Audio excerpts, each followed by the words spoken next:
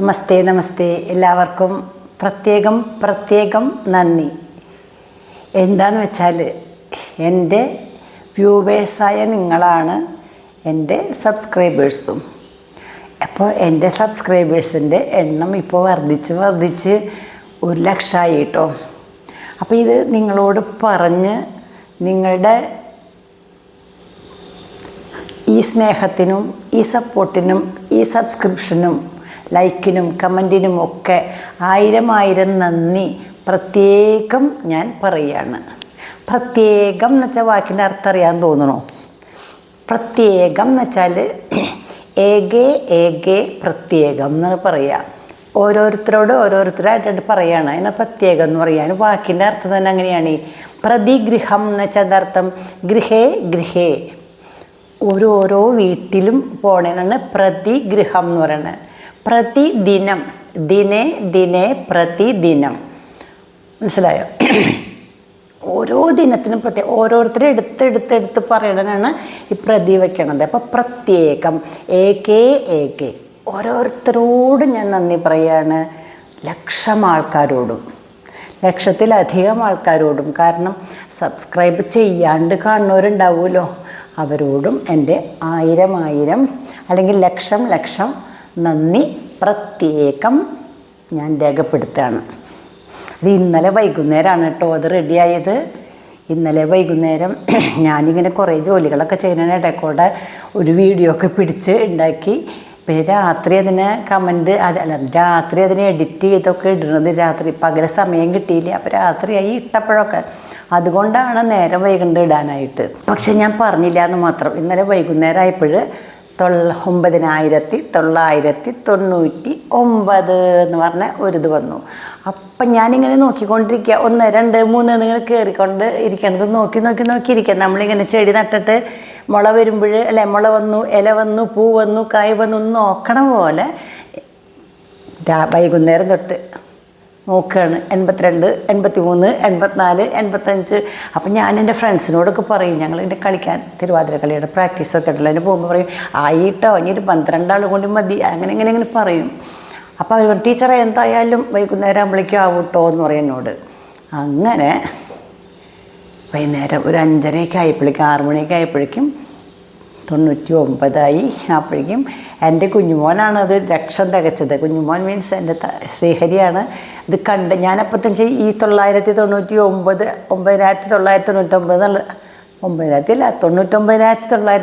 എന്നുള്ളത് വേഗം തന്നെ ഒരു ഫോട്ടോ ഒക്കെ എടുത്തിട്ട് എല്ലാവർക്കും അയച്ചു കൊടുത്തു.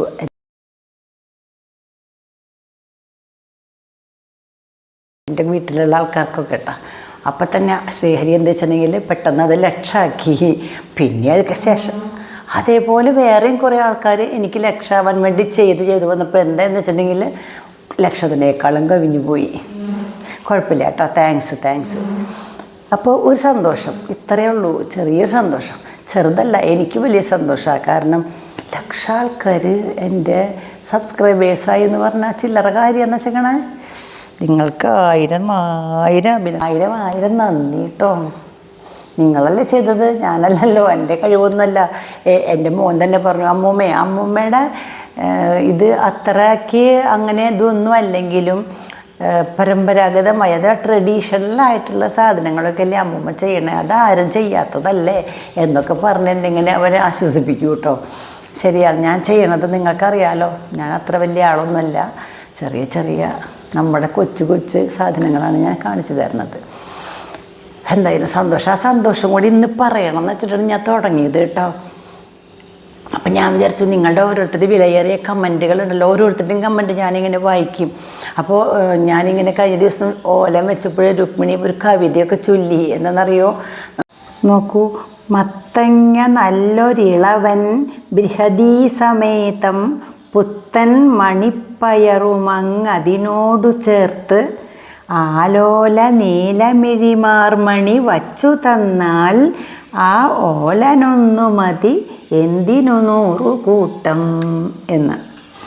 അതായത് മത്തങ്ങയും ഇളവനും ഏതെങ്കിലും ഒന്നായാലും മതി കേട്ടോ. ബൃഹദീ സമേതം വെച്ചാൽ വഴുതനങ്ങയും കൂട്ടിയിട്ട് പുത്തൻ മണിപ്പയറും അതിനോട് ചേർത്ത്, മണിപ്പയറും കൂടി ചേർത്തിട്ട് ഓലം വെച്ചാൽ ആലോല നീലമിഴിമാർമണി വെച്ച് തന്നാൽ ആ ഓലൻ ഒന്ന് മതി, എന്തിനു നോക്കൂ. അപ്പം ഞാൻ വിചാരിച്ചു ഇന്നെന്തായാലും അങ്ങനെ തന്നെ വെച്ചാലോ. ഏത് മണിപ്പയറൊക്കെ ഇട്ട് പച്ചപ്പയറുണ്ടായിരുന്നു, പച്ചപ്പയറും ഇത്തിരി കുമ്പളങ്ങയൊക്കെ ഇട്ടിട്ട് ഒരെണ്ണം വെച്ചാലോ എന്ന് വിചാരിക്കുകയാണ്. അതുപോലെ തന്നെ അമരക്കായ കിട്ടിയ അമരക്കായ കൊണ്ടും വെക്കാം, ഒരു ചെറിയ ഉപ്പേരി, പിന്നെ സാമ്പാറും, നമ്മുടെ സ്ഥിരം സാമ്പാറും അതൊക്കെ വെക്കാമെന്ന് വിചാരിച്ചു കേട്ടോ. പിന്നെ ഓണം എല്ലാവർക്കും എടുത്തുല്ലോ, എല്ലാവർക്കും ഓണം എടുത്തപ്പോൾ എല്ലാവരും ആഹ്ലാദത്തിലാണ്. പക്ഷെ ഒരാൾ പറഞ്ഞേ, വിനീത് 2 വർഷമായില്ലേ, ഇനി വിഷമിച്ചിരിക്കില്ല കേട്ടോ. വിനീത് 1 വർഷമൊക്കെ നമ്മൾ അമ്മയൊക്കെ മരിച്ചാൽ അമ്മ നമ്മുടെ മനസ്സിൽ എന്നുണ്ട്. അപ്പോൾ എന്ന് വെച്ചിട്ട് നമ്മളിങ്ങനെ ജീവിതകാലം മുഴുവനൊന്നും ആഘോഷങ്ങളിൽ പങ്കെടുക്കാണ്ടിരിക്കാൻ പാടില്ല. കാരണം അമ്മയ്ക്ക് സന്തോഷം ഉണ്ടാവണമെങ്കിൽ മക്കൾ സന്തോഷമായിട്ടിരിക്കണം.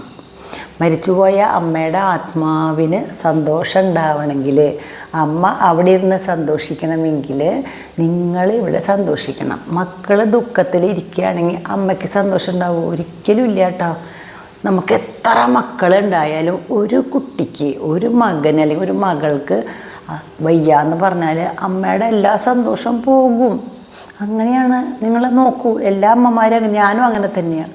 മറ്റുള്ളവരുടെ ഇതിൽ സന്തോഷം ഉണ്ടെങ്കിലും വേദനിപ്പിച്ചുകൊണ്ടിരിക്കും. അപ്പം അമ്മയെ വേദനിപ്പിക്കേണ്ട, എൻ്റെ കുട്ടി ഓണൊക്കെ ആയിട്ട് നല്ല ഡ്രസ്സൊക്കെ വാങ്ങി ഇഷ്ടപ്പെട്ട എല്ലാവർക്കും കൊടുക്കുക, അവരവരും ധരിക്കുക, നല്ല ഭക്ഷണമൊക്കെ വീട്ടിലുണ്ടാക്കുക, സുഖമായിട്ട് ഭക്ഷണം കഴിക്കുക. അമ്മ അത് കാണൂ കേട്ടോ. വിനീത 1 വർഷം ഞാൻ സമ്മതിച്ചു, പോട്ടെ. കഴിഞ്ഞ പ്രാവശ്യം എന്തൊക്കെ പറഞ്ഞത്, എനിക്കിനി ജീവിക്കണ്ട എന്നൊക്കെയാണ് അല്ലേ. അങ്ങനെയൊന്നും പറയാൻ പാടില്ല കേട്ടോ. അത് ഒരു മനുഷ്യൻ്റെ അല്ലെങ്കിൽ ഒരു പ്രകൃതിയുടെ നിയമമാണ് മരിക്കുക എന്നൊക്കെ പറഞ്ഞാൽ. അത് വരട്ടെ, നമ്മളും മരിക്കുമല്ലോ. അപ്പം എല്ലാവർക്കും നമ്മളെ അപ്പോൾ നമുക്ക് സന്തോഷം വരും. അപ്പോൾ അമ്മ സന്തോഷിക്കും. നമ്മുടെ മക്കളെ അവിടെ ഇവിടെയൊക്കെ പോയിട്ട് സന്തോഷിക്കുമ്പോൾ നമുക്ക് ദേഷ്യ കുശുമ്പൊന്നും എല്ലാം ഉണ്ടാവുക കേട്ടോ അമ്മമാർക്ക്. ഞാൻ പറഞ്ഞു 3 ആൾക്കാരാണ് നമ്മുടെ അഭ്യുദയത്തിൽ സന്തോഷിക്കുന്ന ആൾക്കാർ. ഒന്ന് അച്ഛൻ, അമ്മ, അധ്യാപകൻ. സന്തോഷിക്കുന്നത് കാണുമ്പോൾ സന്തോഷിക്കും, കുശുമ്പുണ്ടാവില്ല കേട്ടോ അവർക്ക്. അപ്പോൾ നന്നായിട്ട് ചെയ്യുക. പിന്നെ എൻ്റെ നല്ല കറികളൊക്കെ വെക്കുമ്പോൾ ഇഷ്ടപ്പെട്ടിട്ടുണ്ട്, ഞങ്ങളിങ്ങനെയാണ് വെക്കുന്നത് ഇതുവരെ, ഇനി ഇങ്ങനെ വെച്ച് നോക്കാമെന്നൊക്കെ പറയുമ്പോൾ ഞാൻ വിചാരിക്കും അങ്ങനെയാണല്ലേ, അപ്പം ഞാനതൊന്ന് വെച്ച് നോക്കിയാലോ എന്ന് വിചാരിക്കും. കാരണം നമ്മളുടെ കേരളത്തിലെ ഭക്ഷണങ്ങളൊക്കെ ഒന്ന് തന്നെയാണ് എന്ന് പറഞ്ഞാലും, സാമ്പാർ, കാളൻ, അവിയൽ, മോര് ഇതൊക്കെ ആണെങ്കിലും തിരുവിതാംകൂറിൻ്റെ ഒന്ന് വേറെ അല്ലേ, മലബാറിൻ്റെ ഒന്ന് വേറെ, ശരിക്കും തൃശ്ശൂരിൻ്റെ ഒന്ന് വേറെ ആണ്. അതെനിക്ക് മനസ്സിലായത് ഇപ്പോൾ ഇത് തുടങ്ങിയപ്പോഴാണ്. എൻ്റെ വിചാരം ഇതാണ് ശരി എന്നാണ്. ഇത് ശരിയല്ല എന്നല്ല, ഇത് ശരി തന്നെയാണ്. പക്ഷേ ഇങ്ങനെയും ആവാം അങ്ങനെയും ആവാം. അപ്പം നിങ്ങളുടെ എല്ലാവരുടെയും ഞാൻ പറഞ്ഞു പാലക്കാടിൻ്റെ എന്താ പുളിങ്കറി അല്ലെങ്കിൽ പാലക്കാടിൻ്റെ വെണ്ടയ്ക്കാപ്പുളി എന്നൊക്കെ പറയുമ്പോൾ അത് ഞങ്ങളും വെക്കണതാണ്. എങ്കിലും അത് പാലക്കാട്ടുകാരുടെ സ്പെഷ്യലാണ്, അത് അവരുടെ അഭിമാനമാണ്. അത് ഞാൻ വെച്ചു, എനിക്കിഷ്ടമായി. അതേപോലെ കൊല്ലംകാരുടെ അല്ലെങ്കിൽ കോട്ടയംകാരുടെ, തിരുവനന്തപുരംകാരുടെ അല്ലെങ്കിൽ കോഴിക്കോട്ടുകാരുടെ എന്നൊക്കെ പറഞ്ഞ ആഹാരങ്ങളുണ്ടല്ലോ, അത് ഞങ്ങളും വെച്ച് നോക്കി. ഇതെനിക്ക് വയ്ക്കാൻ സാധിക്കുന്നത് നിങ്ങളുടെ അഭിപ്രായങ്ങളും ഒക്കെയാണ്. അപ്പോൾ കഴിഞ്ഞ ദിവസം പ്രസന്ന പറഞ്ഞിരുന്നു ഓഫീസിലേക്ക് കൊണ്ടുപോകാൻ കാളൻ ഇതുപോലെ വെക്കട്ടെ ഞാനെന്ന്. ഞങ്ങൾ കാളൻ ഇങ്ങനെ തന്നെയാണ് വെക്കാട്ട് എന്നും. അപ്പോഴെനിക്ക് മനസ്സിലായത് അങ്ങനെ വെക്കാൻ പറ്റുമോ പ്രസന്ന പറഞ്ഞ പോലെ. ഞാനൊന്ന് വെച്ച് നോക്കണമല്ലോ എന്ന് ഞാൻ വിചാരിച്ചു. അപ്പോൾ ഇപ്രാവശ്യം കാളൻ ഞാൻ അങ്ങനെയാണ് വെക്കണം കേട്ടോ, പ്രസന്ന പറഞ്ഞ പോലെ. അങ്ങനെ ഓരോരുത്തരുടെയും എൻ്റെ ഓണപ്പൂക്കൾ കാണുമ്പോൾ ടീച്ചറെ കാട്ടിലേക്ക് പോകരുത്, കാട്ടിൽ പോയാൽ എന്താ കാരണം എന്ന് പറഞ്ഞില്ലേ, കാരണം സ്പഷ്ടമാണ് കേട്ടോ. കാട് ഇല്ല അത് പറയാൻ പറ്റില്ല.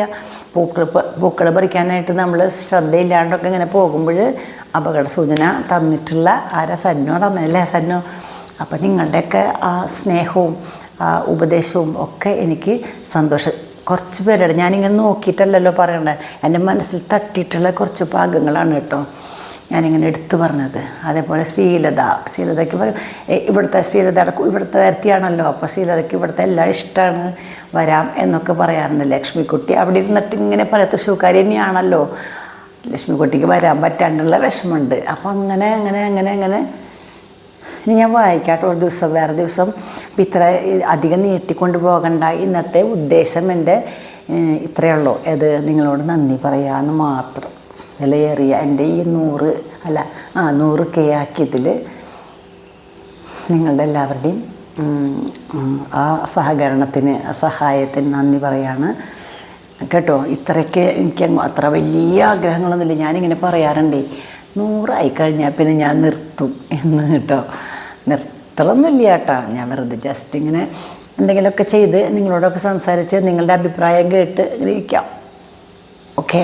അപ്പോൾ നമുക്ക് ഞാൻ പറഞ്ഞ പോലെ ഒരു ഇത്തിരി ഓലനും ഒരു ചെറിയ ഉപ്പേരിയും ഒക്കെ വെച്ചിട്ട് ഇന്ന് ഭക്ഷണം കഴിക്കാം കേട്ടോ. ഓക്കെ, ശരി കേട്ടോ.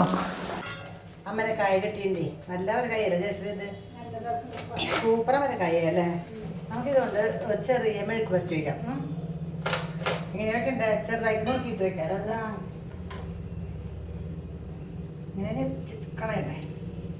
കടയിൽ തലയും കളഞ്ഞിട്ട് ഇങ്ങനെ ചെറുതാക്കി നോക്കാം അല്ലേ? ചെറുതാക്കിയിട്ട്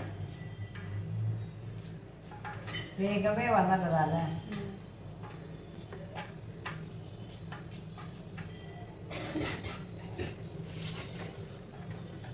നമ്മളിതേപോലെ കുരുക്കുരുന്നിനെ ഭംഗിയായിട്ട്. അപ്പോൾ ഈ അമരക്കായ അവിടെ ഇരിക്കട്ടെ. അപ്പം നമുക്ക് ഓലനുള്ള മണിപ്പയർ തയ്യാറായിട്ടുണ്ട്. രുക്മിണി പറഞ്ഞ പോലെ ഇന്ന് മണിപ്പയർ ഇട്ടെണ്ണ് വെക്കണം കേട്ടോ. ഇളവനുണ്ട്, ഇതാ കണ്ടോ. ഇതൊരു കഷ്ണം എടുത്തിട്ട് നമുക്ക് തൊലിയൊക്കെ ചെത്തിക്കളഞ്ഞ് കനം കുറച്ച് നുറുക്കാം. ഈ സാമ്പാറിനുള്ള കഷ്ണങ്ങളൊക്കെ അവിടെ ജയശ്രീ തയ്യാറാക്കി കൊണ്ടിരിക്കുന്നുണ്ട് കേട്ടോ. നമുക്കറിയാലോ ഓലിൽ നുറുക്കുമ്പോൾ കനം കുറച്ച് നുറുക്കണം എന്നെല്ലാവർക്കും അറിയാലോ. ഞാൻ കുമ്പളങ്ങ നുറുക്കുമ്പോഴേക്കും ജയശ്രീ ഉപ്പേരി വയ്ക്കാനുള്ളത് നോക്കിക്കോളൂ, സാമ്പാറും നോക്കിക്കോളൂ കേട്ടോ. അപ്പോൾ സാമ്പാറിലേക്ക് കഷ്ണമൊക്കെ വെന്തിട്ടുണ്ട്. പുളി ഒഴിച്ചു. ചീനച്ചട്ടി അപ്പുറത്ത് ചൂടാവട്ടെ. അപ്പോഴേക്കും അതിലേക്ക് സാമ്പാർ പൊടിയും കലക്കിയിട്ട് അതിലേക്ക് ഒഴിക്കാം അല്ലേ ജയശ്രീയ? ജയശ്രീ അതൊക്കെ ചെയ്യുന്നുണ്ട്. ഞാനിവിടെ ഇളവ് നുറുക്കാം കേട്ടോ. അപ്പോൾ സാമ്പാറിലേക്കുള്ള പുളി അതുപോലെ സാമ്പാർ പൊടിയൊക്കെ കലക്കി ഒഴിച്ചു. പപ്പടം കാച്ചിയിട്ടാണ് നമ്മൾ ആ വെളിച്ചെണ്ണയിൽ, ബാക്കിയുള്ള വെളിച്ചെണ്ണയിലാണ് അമരക്കായ വെക്കണത്. പപ്പടം അത് സാമ്പാറിൻ്റെ പണി കഴിഞ്ഞു. ഒപ്പത്തിനൊപ്പം തന്നെ പണികൾ പോട്ടെ കേട്ടോ. ഇത് വറുത്തിടാൻ ഇവിടെ വച്ചിട്ടുണ്ട്.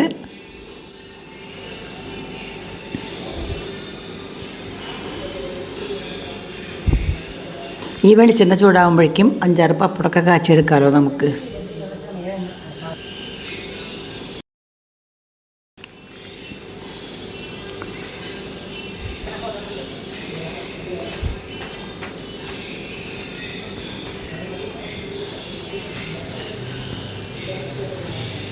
സാമ്പാർ വയ്ക്കുമ്പോൾ പപ്പടം വേണമെന്ന് വളരെ നിർബന്ധം ചെറിയ ആൾക്കാർക്ക്.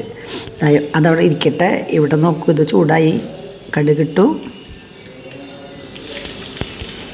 വറ്റൽമുളക് പൊട്ടിച്ചിടാം, കറിവേപ്പില, സാമ്പാറിൻ്റെ പണി കഴിഞ്ഞു. വറുത്തിട്ട് ഒഴിച്ചു കേട്ടോ.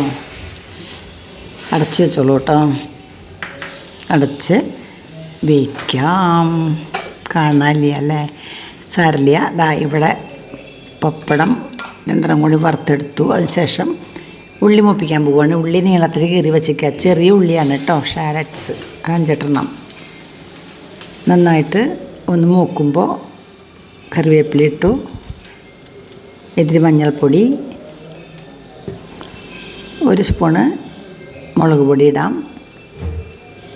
നല്ലോണം മുളകും ഉപ്പും വെളിച്ചെണ്ണയും എല്ലാം ചെയ്യും. ഉള്ളിയൊക്കെ ആകുമ്പോൾ നല്ല സ്വാദാണ്.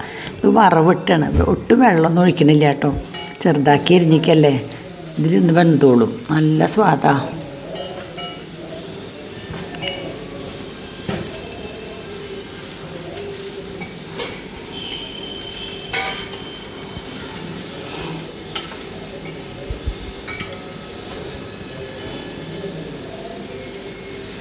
ഉപ്പിട്ട് മെഴുക്ക് പറ്റിലേക്കുള്ള ഉപ്പും ഇട്ടു. അടച്ചു വയ്ക്കാവുന്ന.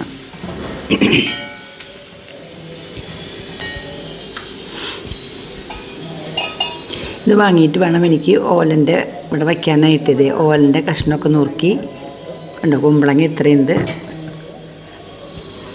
അതിൽ 2-3 പച്ചമുളക് കീറിയിട്ടു, മണിപ്പയർ കഴുകിയിട്ട് അതിൽ വാരിയിടാം. മണിപ്പയറിട്ടു. ഇനി ആലോല നീല മിഴിമാർമണി വന്ന് ഇത് വെച്ച് കൊടുത്താൽ സാധാ അല്ലേ. ഉപ്പിട്ടു. ആലോല നീല മിഴിമാർമണി. ഒരു തുള്ളി വെള്ളം ഒഴിച്ചു. അധികം വേണ്ട, പിന്നെ വെള്ളം ഇല്ലെങ്കിൽ പെട്ടെന്ന് കരിഞ്ഞാലോ, അതുകൊണ്ട് ഒത്തിരി വെള്ളം ഒഴിച്ചു കേട്ടോ. ജയശ്രീയുടെ മെഴുക്ക് പുരട്ടി തയ്യാറായി കഴിഞ്ഞു കേട്ടോ. നോക്കട്ടെ, നല്ല സ്വാദുണ്ട്. ഓക്കെ, വാങ്ങിച്ചോളൂ. ഇത്ര മതി, അടച്ച് വെച്ചാൽ മതി. ഇനി അതിൻ്റെ ഉള്ളിലിരുന്നിട്ട് നന്നായിട്ട് വെന്തോളൂ. ബസ്, യെസ്, അടച്ചാൽ മതി. ഇനി ഇവിടെ നമ്മളുടെ ഓലം വെച്ചു. വെച്ചു. ഒരു 2 വിസില വന്നോട്ടെ. പിന്നെ ഇതിലേക്ക് നമ്മൾ നാളികേരം പാൽ ഒഴിക്കണമൊന്നുമില്ല കേട്ടോ. ഇന്നിങ്ങനെയാണ്. നന്നായിട്ട് വെളിച്ചെണ്ണ ഒഴിച്ചാൽ മതി. നമുക്ക് അതാവുമ്പോഴേക്കും ഇതൊക്കെ പകർത്തി വയ്ക്കാം കേട്ടോ. ഓരോന്ന് മേശപ്പുറത്ത് കൊണ്ടുവയ്ക്കാം. ഈ ഉപ്പേരി മാത്രം കൂട്ടിയാൽ മതിയല്ലേ. നല്ല സ്വാദാട്ടാ. ചീനച്ചട്ടിയിലത്തെ അടി കാണുമ്പോൾ നിങ്ങൾക്ക് എന്തെങ്കിലും തോന്നുന്നുണ്ടോ? എനിക്ക് തോന്നുന്നുണ്ട് ഈ മുഴുവൻ ഇതിലിടണ്ട, ഇത്തിരി ചോറ് അതിലിട്ടിട്ട് ഒന്ന് തുടച്ച് ഒരു ഉരുള ചോറ് അല്ലേ കഴിക്കണമെന്ന് തോന്നുന്നുണ്ട് അല്ലേ. എനിക്കുണ്ട് കേട്ടോ, ഞാൻ ചിലപ്പോൾ കഴിക്കും. ഇതാ ഇത് വെന്തു കണ്ടോ. ഇത്തിരി വെളിച്ചെണ്ണ ഒഴിക്കണം കേട്ടോ അതിൽ, കറിവേപ്പിലയും.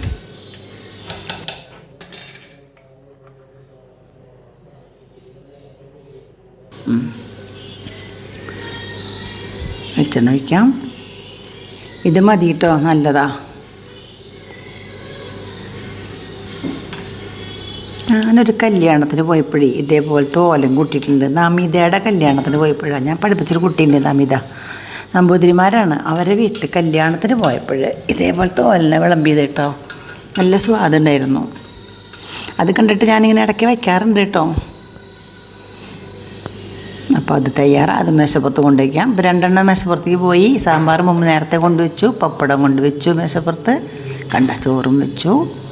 കൊണ്ട് കഴിക്കാം. രാജേട്ടൻ വരുന്നു. ഇതെല്ലാം ഉണ്ട് കേട്ടോ.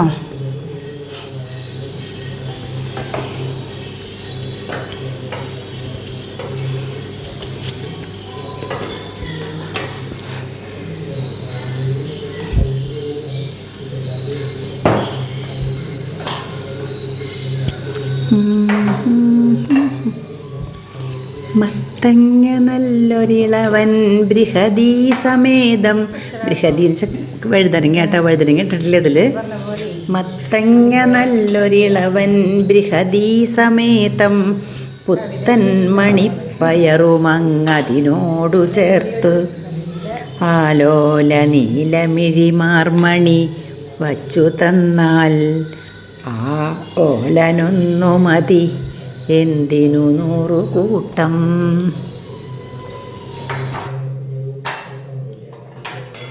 കോവയ്ക്ക രാവിലത്തെ ഇട്ടേ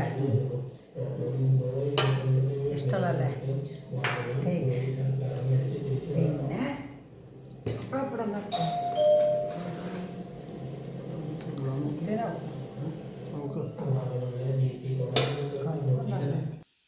ഞാനും കഴിക്കട്ടെ കേട്ടോ.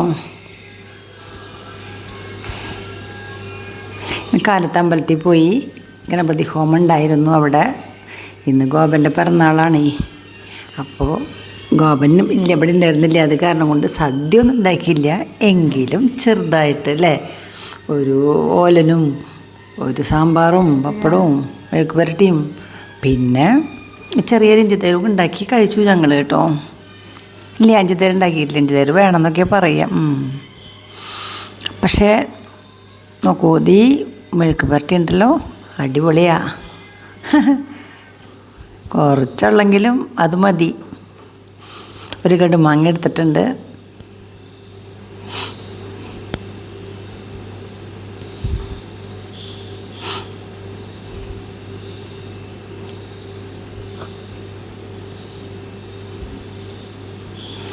അപ്പം നിങ്ങൾക്ക് ഇഷ്ടമായോ? എനിക്ക് ഏറ്റവും ഇഷ്ടമുള്ള സാധനം ഇത് അല്ല, ഓരോന്ന് എടുക്കുമ്പോഴും അതൊക്കെ ഇഷ്ടമാണ് കേട്ടോ. ഈ ഓല എടുക്കുമ്പോൾ ഇത് മാത്രം മതി, എന്തിനു 100 കൂട്ടം എന്നല്ലേ പറഞ്ഞേക്കണത്. സൂപ്പറാണ് കേട്ടോ.